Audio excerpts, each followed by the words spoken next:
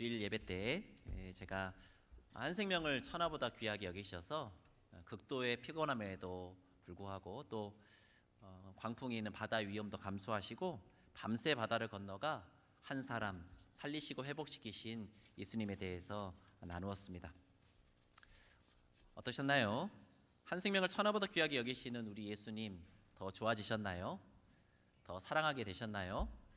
저는 제가 이 강단에서 우리 하나님과 예수님에 대한 말씀들을 나눌 때 우리 사랑하는 한강의 성도님들이 하나님을 더 사랑하게 되기를 바랍니다. 우리 예수님을 더 좋아하시게 되기를 바랍니다. 너무나 귀한 분들이시고 너무나 매력적인 분, 제가 말씀을 통해서 증거할 때마다 하나님을 향한 우리의 사랑이 점점 더 커져가기를 주님의 이름으로 축원합니다. 오늘 이 시간 역시 너무나 좋으신 예수님 만나볼 텐데 어떤 예수님 만나보실 거냐면 나병 환자를 고치신 예수님을 만나보려고 합니다. 본격적으로 본문의 내용 살피기 전에 마태복음에서 오늘 본문이 어떤 위치에 놓여 있는지 그 앞뒤 문맥을 조금 살펴보고 난 다음에 본격적으로 본문의 말씀 나누겠습니다. 오늘 앞부분에 어떤 내용이 있냐면요, 그 유명한 산상설교가 배치되어 있습니다. 마태복음 5장에서 7장 그 산상설교 바로 뒷단락에 이 나병 환자 치유 사건이 배치되어 있는데요. 여러분, 마태복음 5장에서부터 7장에 기록되어 있는 산상설교는 예수님이 선포하신 하나님 나라의 대강령이라 할 수 있겠습니다. 산상설교에는 예수님께서 이 땅에 오셔서 이루어 가시는 그 하나님 나라의 구체적인 청사진이 기록되어 있다, 그런 뜻입니다. 그 하나님 나라 청사진이 담겨 있는 산상설교 바로 뒤를 이어서 8장과 9장에 예수님께서 행하신 10가지 기적, 10가지 이적이 기록되어 있는데요. 이 10가지 이적은 그 산상설교와 연결지어서 읽으면 하나님 나라에 대한 이야기를 예수님께서 하셨지 않습니까? 그 하나님 나라가 구체적으로 우리 삶 가운데 이루어져 가는 것을 보여주는 표징이다, 그렇게 말씀드릴 수 있겠습니다. 그런데 이 땅에 하나님 나라가 이루어져 가고 있음을 보여주는 그 첫 번째 이적으로 마태가 무슨 치유 사건을 기록하고 있다는 거예요? 나병 환자 치유 사건을 기록하고 있다, 이제 그런 뜻입니다. 여러분, 동일한 사건을 기록하고 있는 다른 공간 복음서들, 즉 마가복음과 누가복음의 사건 배치와 이 마태복음의 사건 배치를 비교해 보면 이 마태가 나병 환자 치유 사건을 얼마나 중요하게 여겼는지를 알 수 있습니다. 복음서들 중에 가장 먼저 기록된 것으로 추정되는 마가복음을 보면 이런 순서로 되어 있어요. 가버나움 회당에서 귀신을 쫓아내신 사건, 그리고 베드로의 장모를 고치신 사건, 그리고 예수님의 소문을 듣고 몰려든 각종 병자를 고치신 사건, 그 사건들 이 다음에 나병 환자 치유 사건을 그렇게 배치하고 있습니다. 누가복음도 기본적으로 이 마가복음의 순서를 따라서 사건을 배치를 하고 있는데, 그런데 마태는 이러한 다른 복음서들의 치유 사건 순서를 바꾸어서 나병 환자를 고치신 사건을 가장 앞쪽에다 배치해 놓았더라 말이지요. 여러분, 영어 문법에 보시면 도치법이라고 하는 것이 있습니다. 여러 문장 문법 순서가 있는데 그 중에서도 가장 강조하고 싶은 것을 그 문법 순서와 상관없이 제일 앞으로 보내서 강조하려고 하는 그 문법을 일컬어서 도치법이다, 이제 그렇게 부르지요. 마태가 예수님께서 행하신 많은 기적과 치유 사건들 중에서 이 나병 환자 치유 사건을 맨 앞으로 보냈다는 것은 이 사건이 마태에게 있어서 가장 중요한 사건이라고 마태가 인식을 했기 때문에 앞으로 보냈다는 거예요. 여러분, 마태가 나병 환자 치유 사건을 그렇게 특별하게 중요하게 여긴 이유가 있습니다. 여러분, 학자들은 이 마태복음의 1차적인 독자가 누구였을 거라고 이야기를 하냐면 유대인들이었을 것이다, 그렇게 이야기합니다. 그러니까 마태복음은 유대인들을 1차적인 대상으로 하는 유대인들을 위한 복음서다, 일단은 그렇게 이해하시면 좋겠습니다. 자, 그런데 현대인들에게 암이나 에이즈가 특별한 의미를 갖는 질병인 것처럼 고대 유대인들에게 있어서 나병은 아주 특별한 의미가 있는 그런 질병이었습니다. 유대인들에게 나병이 어떠한 의미가 있는지를 잘 보여주는 성경의 장면이 출애굽기에 나옵니다. 출애굽기 4장에 보시면 출애굽의 지도자로 부르심을 받은 모세가 계속해서 그 하나님의 부르심을 거절하는 장면이 나옵니다. 자신을 출애굽의 지도자로 부르신 하나님께 모세가 이렇게 항변을 하는데요. 하나님, 당신께서 나를 출애굽의 지도자로 히브리인들에게 보내셨다는 것을 나도 알고 하나님이 아신다 하더라도 그들은 믿지 않을 겁니다. 이제 이렇게 항변을 하는 겁니다. 한번 거절당한 경험이 있잖아요, 모세가 예전에. 이러한 모세 항변에 대해 하나님께서 내가 너를 보냈다라고 하는 증거로 두 가지 이적을 행하게 해주겠다. 첫 번째 이적이 무엇이었냐면 지팡이가 뱀이 되는 이적이었고요. 두 번째 이적이 무엇이었냐? 모세가 손을 들어서 품속에다 넣었다 빼면 나병이 발병을 하고 다시 품속에 넣었다 빼면 그 나병이 치유가 되는 두 번째 이적, 이것을 하나님께서 행하게 해주십니다. 그렇게 시험 삼아서 두 번째 이적을 시험 삼아서 하고 난 다음에 하나님께서 이제 모세에게 뭐라고 말씀하시는지가 출애굽기 4장 8절에 기록되어 있는데 제가 읽어드리겠습니다. 여호와께서 이르시되 만일 그들이 너를 믿지 아니하며 그 처음 표적의 표징을 받지 아니하여도 나중 표적의 표징은 믿으리라, 이렇게 되어 있습니다. 나중 표적 뭐였습니까? 나병이 걸렸다가 나병이 다시 낫는 그런 표징이었지 않습니까? 여러분, 대대로 이스라엘 사람들은 나병을 죄에 대한 하나님의 저주다 그렇게 생각했습니다. 나병을 주시는 분이 하나님이시라고 생각했기 때문에 여러분, 만약 나병이 낫는다면 누가 낫게 하신 걸까요? 하나님이 낫게 하신 것이다, 이제 그런 자연스러운 결론에 도달하게 되지요. 그러니 모세가 나병을 걸리게도 하고 낫게도 하는 이적을 보이면 그거는 모세를 누가 보내신 것으로 인정하겠다는 겁니까? 하나님께서 보내신 것으로 인정할 수밖에 없겠다, 이제 그런 차원에서 하나님께서 말씀을 하신 것입니다. 한 군데 더 찾아보고 싶은 구절이 있습니다. 누가복음 7장 20절에서 22절 말씀인데요. 이 구절은 마태복음에 가까이 붙어 있으니까 우리 찾아서 읽어볼까요? 신약 101쪽에 기록되어 있습니다. 누가복음 7장 20절에서 22절 말씀, 제가 다 읽어드릴 수도 있는데 찾아서 읽어보자고 하는 것은 숨을 좀 돌리려고 하는 겁니다. 제가 숨을 쉴 텀을 주시기 바랍니다. 누가복음 7장 20절에서 22절 신약성경 101쪽에 기록되어 있습니다. 찾으셨습니까? 7장 20절에서 22절 같이 읽어볼까요? 시작. 그들이 예수께 나아가 이르되 세례 요한이 우리를 보내어 당신께 여쭈어보라고 하기를 오실 그이가 당신이오니이까 우리가 다른 일을 기다리오리이까 하더이다 하니, 마침 그때에 예수께서 질병과 고통과 및 악귀에 들린 자를 많이 고치시며 또 많은 맹인을 보게 하신지라.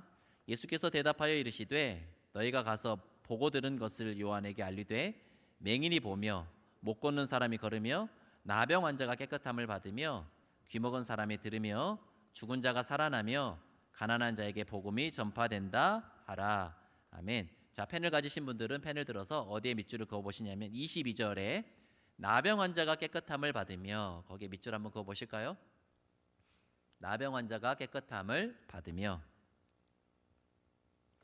자, 세례요한이 예수님에게 와서 무엇을 물어본 거냐면 당신이 약속하신 메시아이십니까? 이렇게 물어봤는데 그것에 대한 예수님의 대답이 무엇이었냐면 이사야 35장 5절 6절 말씀을 인용해서 쭉 말씀을 하신 겁니다. 그 중에 하나가 무엇이냐면 메시아가 이 땅에 오셔서 하실 사역, 그것이 이사야 35장 5절 6절에 기록되어 있는데 그 중에 하나, 메시아께서 오셔서 하실 사역 중에 하나가 나병 환자가 고침을 받는 것이 메시아가 하실 사역이다, 그런 뜻입니다. 여러분, 이런 맥락에서 보자면 예수님께서 나병을 고치셨다는 것은 예수님이 어떤 분이시라는 것을 증명하시는 사건이라는 겁니까?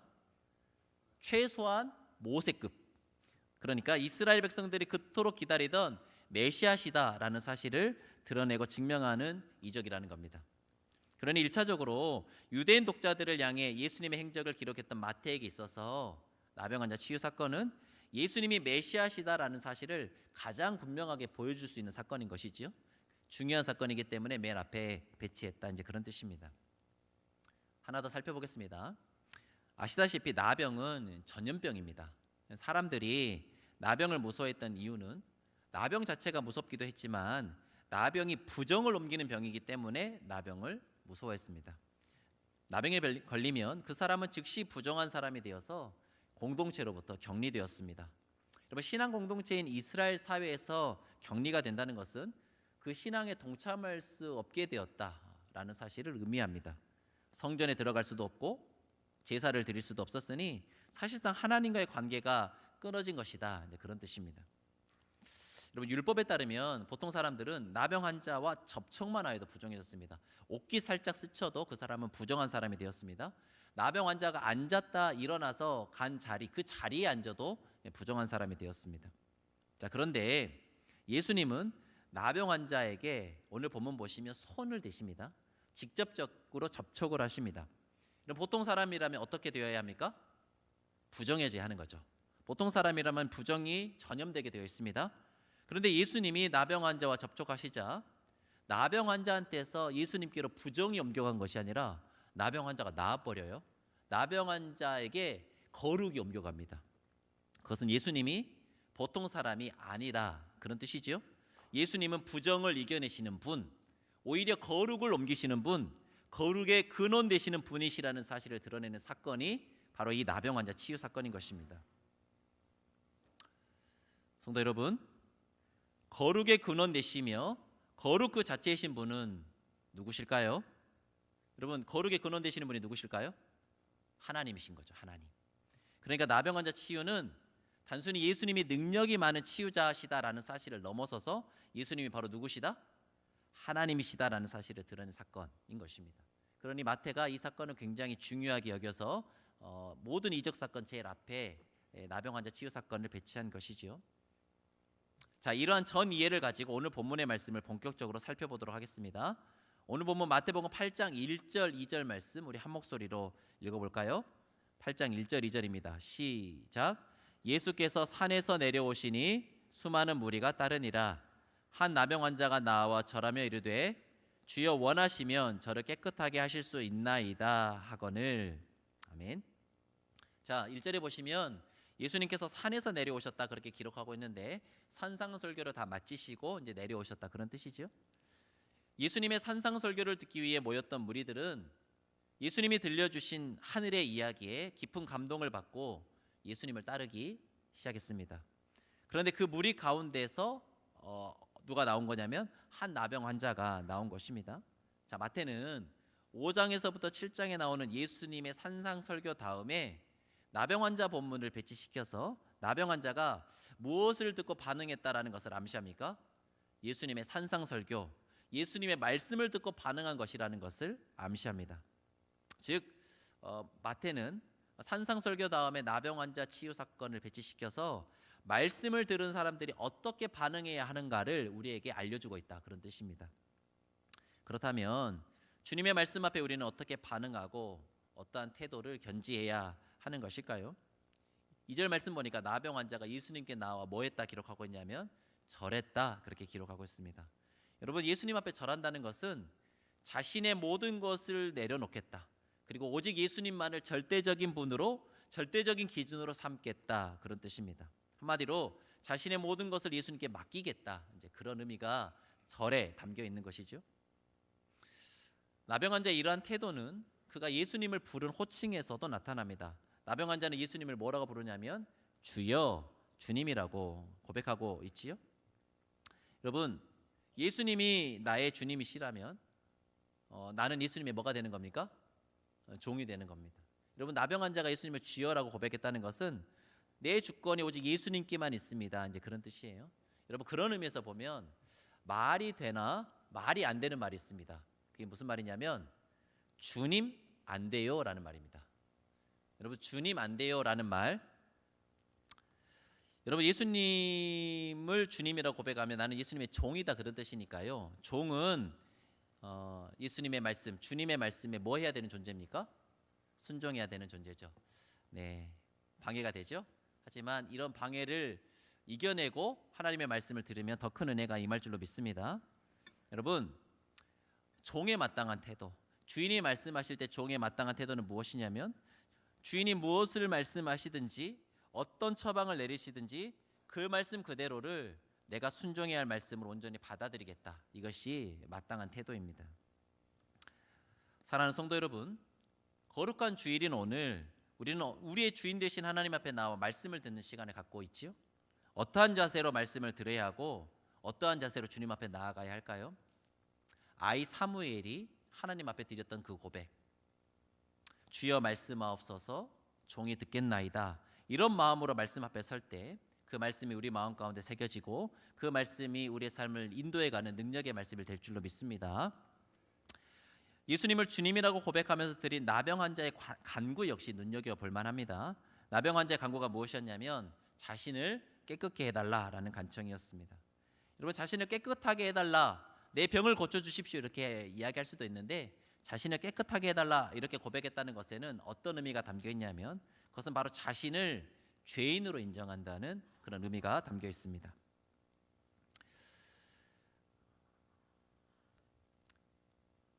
여러분, 나병 환자가 자신을 죄인이라고 고백했다라고 하는 것은 그 사람이, 나병이 그 사람의 죄의 결과다 이런 사실을 의미하지는 않습니다. 여러분, 성경에서 말하는 죄라는 것은 어떤 거냐면, 하나님의 뜻을 의도적으로 거절하고 거부하는 것도 죄입니다만은, 이 세상이 죄악으로 가득 찬 세상이기 때문에 이 죄악으로 가득 찬 세상에서 살면서 내가 하나님 앞에 순종할 수 없게 된 무능력한 존재입니다 라고 하는 고백도 내가 죄인입니다 라고 하는 고백입니다. 나병 환자는 지금 하나님 앞에 나아갈 수 없게 된, 그래서 하나님의 뜻에 순종할 수 없게 된 무능력한 상황에 처해 있는 것이죠. 가고 싶어도 못 가는 겁니다. 하고 싶어도 못 하는 거예요. 예배 드릴 수가 없고 하나님 앞에 나아갈 수 없는 것이죠. 그렇기에 스스로를 하나님과의 관계가 끊어진 죄인이다 그렇게 고백하고 있는 것입니다. 자, 그런 점에서 오늘 본문에 나오는 나병 환자는 단순히 육신의 질병을 지니고 있는 사람만을 의미하지 않습니다. 나병 환자는 영적인 나병인 갖가지 죄를 짊어지고 사는 우리 모든 사람을 대표하는 사람이다 할 수 있습니다. 우리 모두는 하나님 뜻에 순종하고 싶어하지 않은 죄악된 경향성도 가지고 있지만, 하나님의 뜻에 순종하고 싶어도 순종하기 어려운 연약함 또한 가지고 있는 죄인들입니다. 어떤 사람이 하나님의 은혜를 맛보고 누릴 수 있습니까? 바로 자신이 죄인이라는 사실을 깨닫고 인정하는 사람.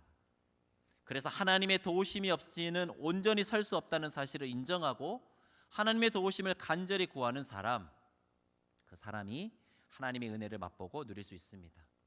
마치 자신이 수술이 필요한 환자라는 사실을 인정하는 사람만이 수술대에 올라 수술을 받고 그 질환으로부터 자유케 되어 회복을 누릴 수 있는 것처럼, 자신이 하나님의 도움 없이는 아무것도 할 수 없는 죄인이란 사실을 인정할 때만이 하나님이 주시는 치유와 회복의 은혜를 누릴 수 있는 것입니다. 사랑하는 성도 여러분, 우리 모두는 단 한순간도 주님의 도우심이 아니고서는 살아갈 수 없는 연약한 인생들입니다. 오직 주님만이 우리의 유일한 도움이시요 주님만이 우리의 유일한 소망 되심을 믿음으로 고백하며 나아갈 때 우리를 도우시고 일으켜 세우시는 주님의 그 놀라운 회복의 은총을 누리게 될 줄로 믿습니다. 자, 1절 2절 말씀 살펴보았는데, 진짜 은혜가 되는 구절은 몇 절이냐면 오늘 설교의 가장 하이라이트 3절 말씀입니다. 우리 함께 마지막으로 마태복음 8장 3절 말씀을 한 목소리로 읽어보겠습니다. 시작. 예수께서 손을 내밀어 그에게 대시며 이르시되 내가 원하노니 깨끗함을 받으라 하시니 즉시 그의 나병이 깨끗하여 진지라. 아멘. 펜을 가지신 분들은 펜을 들어서 어디에 밑줄을 그어 보시냐면, 손을 내밀어 그에게 대시며, 손을 내밀어 그에게 대시며, 거기에 밑줄을 한번 그어 보실까요? 자, 설교 앞부분에서 예수님이 그에게 손을 대셨다는 것은 예수님이 누구시라는 사실을 드러내는 것이라 말씀드렸습니까? 하나님이시라는 사실을 드러내는 것이다 말씀드렸죠. 부정이 옮겨오는 것이 아니라 거룩을 옮기시는 분, 곧 하나님이시다 이렇게 말씀을 드렸는데, 그런데 이런 신학적인 의미 말고도 예수님께서 나병 환자에게 손을 대셨다는 것을 나병 환자 입장에서 한번 생각해 볼까요? 앞에서 말씀드렸던 대로 나병이 이스라엘 사회에서 가장 무서운 병으로 인식된 이유는 그 병 자체가 전염병일 뿐만 아니라 나병이라는 병이 하나님께 저주를 받은 병으로 인식되었고 부정을 옮기는 병으로 여겨졌기 때문입니다. 그러니까 나병 환자는 하나님께 저주를 받은 부정 덩어리로 취급당한 것이지요. 우리 얼마 전까지 코로나가 대유행을 했었는데, 그 코로나 때 경험을 살려서 말씀을 드리자면, 나병 환자는 그 코로나 바이러스를 엄청 옮기고 다니는 슈퍼 전파자, 바이러스 슈퍼 전파자처럼 취급당했다, 그런 뜻입니다. 레위기 13장과 14장에 보시면 나병에 관한 처리 규례들이 자세하게 나오는데요. 자, 당시 나병은 지금의 한센병도 포함하겠습니다만은 한센병뿐만이 아니라 곰팡이균에 의해 생긴 모든 피부 질환을 일컬어서 나병이라고 불렀습니다. 하나님께서 나병에 관한 자세한 규례를 주신 것은 그것이 전염성 질환이기 때문에 잘 다루지 않으면 공동체 전체로 퍼질 가능성이 있지 않습니까? 그냥 그런 차원에서 잘 다루고 잘 관리하라, 이런 차원에서 규례를 주셨어요. 레위기 말씀 읽어보시면 하나님은 나병 환자를 지목하고 정죄하시기 위해서 규례를 주신 것이 아니라 공동체 가운데 그 전염병이 퍼지지 않도록 방역하고 예방하는 일에 하나님께서 관심이 있으셨고, 더불어 피치 못하게 나병에 걸린 사람들을 어떻게 하면 다시 공동체 속으로 잘 회복시킬 것인가, 이제 거기에 레위기 13장 14장에 초점이 맞추어져 있습니다.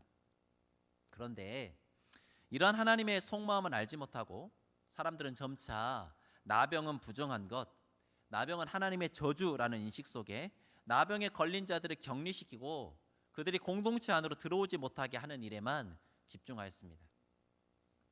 일단 나병에 걸리면 마을 밖으로 쫓겨나야 했습니다. 그들은 부정을 옮기는 사람들로 취급되었기 때문에 어느 누구와도 접촉할 수가 없었습니다. 졸지에 살아가는 모든 관계로부터 단절되는 것이지요. 혹여 사람들과 마주칠라 치면 입술을 가리고 부정하다 부정하다 외치면서 자신이 더러운 존재요 부정한 사람이라는 것을 스스로 먼저 드러내야 했습니다.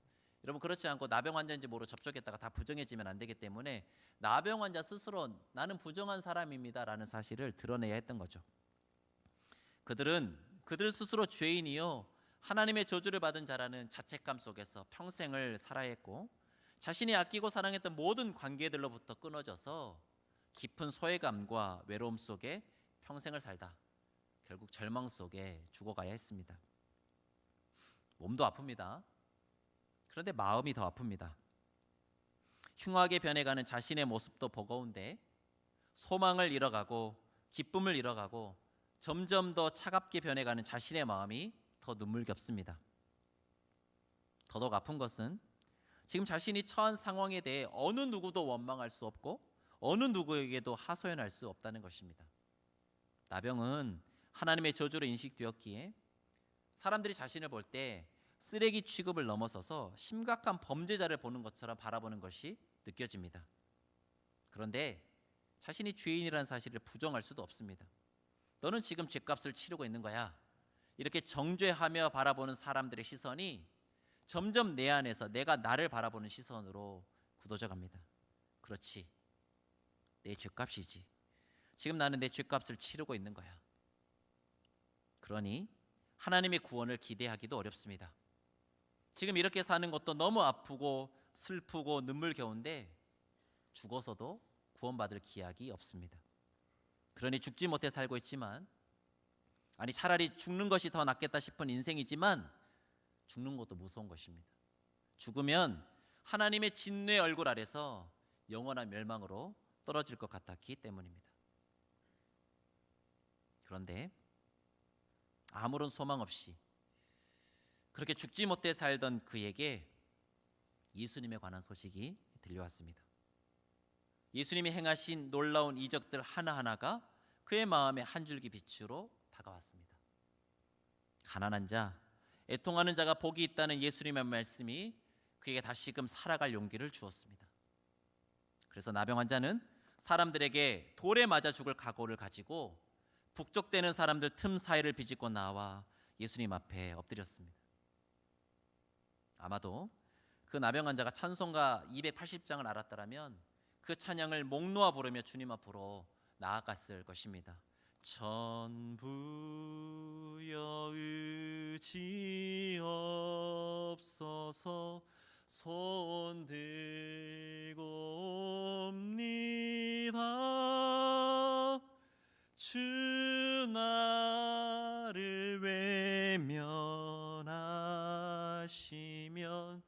나 어디 가리까.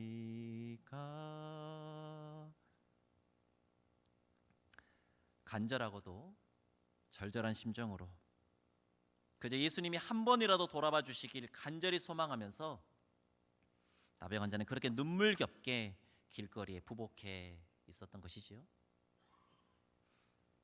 그 절절한 나병 환자의 부르짖음에 우리 예수님이 반응하셨습니다. 긍휼의 화신이신 우리 주님께서 이 나병 환자를 고치시기로 결정하신 것입니다. 자, 그런데 이 대목에서 우리는 아주 재미있는 대비를 발견하게 되는데요. 오늘 우리가 읽은 본문이 나병 환자 치유 사건 바로 다음에 나오는 이적이 무슨 이적이냐면 로마 백부장의 종을 치유하신 사건입니다. 여러분, 예수님께서 백부장의 종 어떻게 치유하셨습니까? 예수님께서 직접 가겠다 말씀하시는데 백부장이 뭐라고 하냐면 나는 주님이 오심을 감당치 못하겠습니다.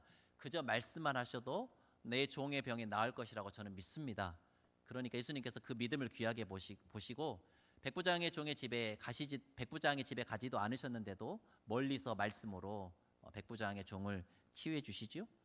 여러분, 그러니까 우리는 이 사건을 통해서 예수님이 충분히 말씀만으로도 모든 질병을 치유하실 수 있는 분이라는 사실을 알 수가 있습니다. 그러니 예수님은 백부장의 종을 고치신 것처럼 충분히 말씀만으로도 나병 환자를 치유하실 수 있으셨을 것입니다. 내가 원하노니 깨끗함을 받으라 이렇게 말씀하시면 나병 환자가 나았을 것입니다. 하지만 예수님은 그렇게 하지 않으셨습니다. 엎드려 있는 나병 환자에게 다가가 굳이 몸을 굽히시고 그에게 손을 대셨습니다. 만약 여러분이 예수님 앞에 엎드려 있던 그 나병 환자라면 그 예수님의 손길에 어떻게 반응하셨을 것 같습니까? 아마 나병 환자는 예수님이 그에게 손을 대셨을 때 소스라치게 놀랐을 것입니다. 왜냐하면 나병 환자는 누군가가 자신의 몸을 만질 것이라고는 꿈에도 생각을 못했을 것이기 때문입니다. 오랜 시간 계속된 격리로 인해 나병 환자는 사람의 온기를 느끼는 법을 상실한 채 살았을 것입니다. 외적인 접촉과 대면이 끊어진 결과 그의 마음 또한 절망에 휩싸여 냉랭히 식어갔을 것입니다. 그런데 나병으로 인해 썩어가고 있던 그의 몸에 봄바람처럼 따사로운 위로의 손길이 임했습니다. 예수님의 그 손길은 나병 환자가 나병에 걸린 이후 처음으로 느끼는 접촉이었을 것입니다. 호름투성이인 자신의 상처 위에 손을 얹으시고 따뜻하게 말씀해 주시는 예수님 앞에서 나병 환자는 북받쳐 오르는 눈물을 참을 수가 없었습니다. 그 뜨거운 눈물과 함께 냉랭하게 식어버린 그의 마음 또한 눈 녹듯 녹아내렸습니다. 그렇게 우리 예수님은 나병 환자에게 손을 내밀어 대심으로 그의 육신의 질병을 고쳐주셨을 뿐만 아니라 그의 마음 깊은 곳에 있는 아픔과 상처까지도 어루만져 주시고 치유해 주시고 회복시켜 주셨던 것입니다. 그냥 나병 낫게 하시려고 하면 말씀만으로도 고치셨을 것입니다. 그러나 나병 환자는 몸이 썩어가는 것보다 더 심각하게 그 마음이 썩어져 가고 있었던 것이지요. 그 마음이 무너져 있었던 것이지요.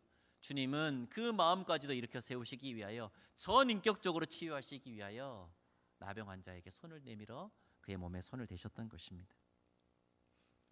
사랑하는 성도 여러분, 나병 환자에게 손을 얹으신 그 예수님이 바로 나를 위해 십자가에 달려 죽으신 나의 주, 나의 하나님이심을 믿으십니까?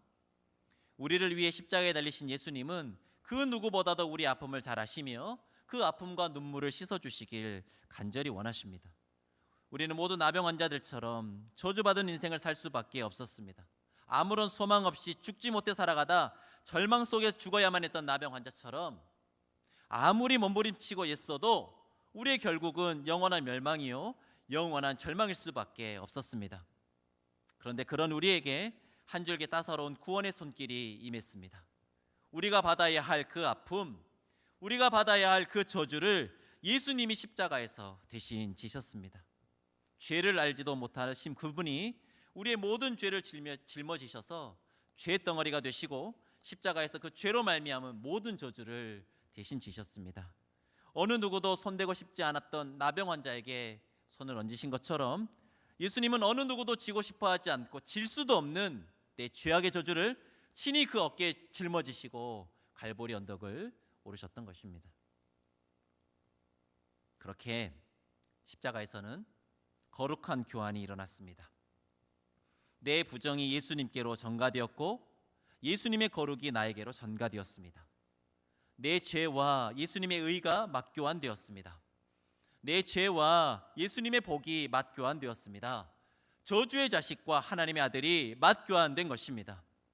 그렇게 우리는 우리 대신 우리 모든 저주를 지고 가신 예수님의 공로로 인해 죄로 인한 모든 저주를 벗어버리고 거룩하신 하나님의 자녀로 입양되었습니다.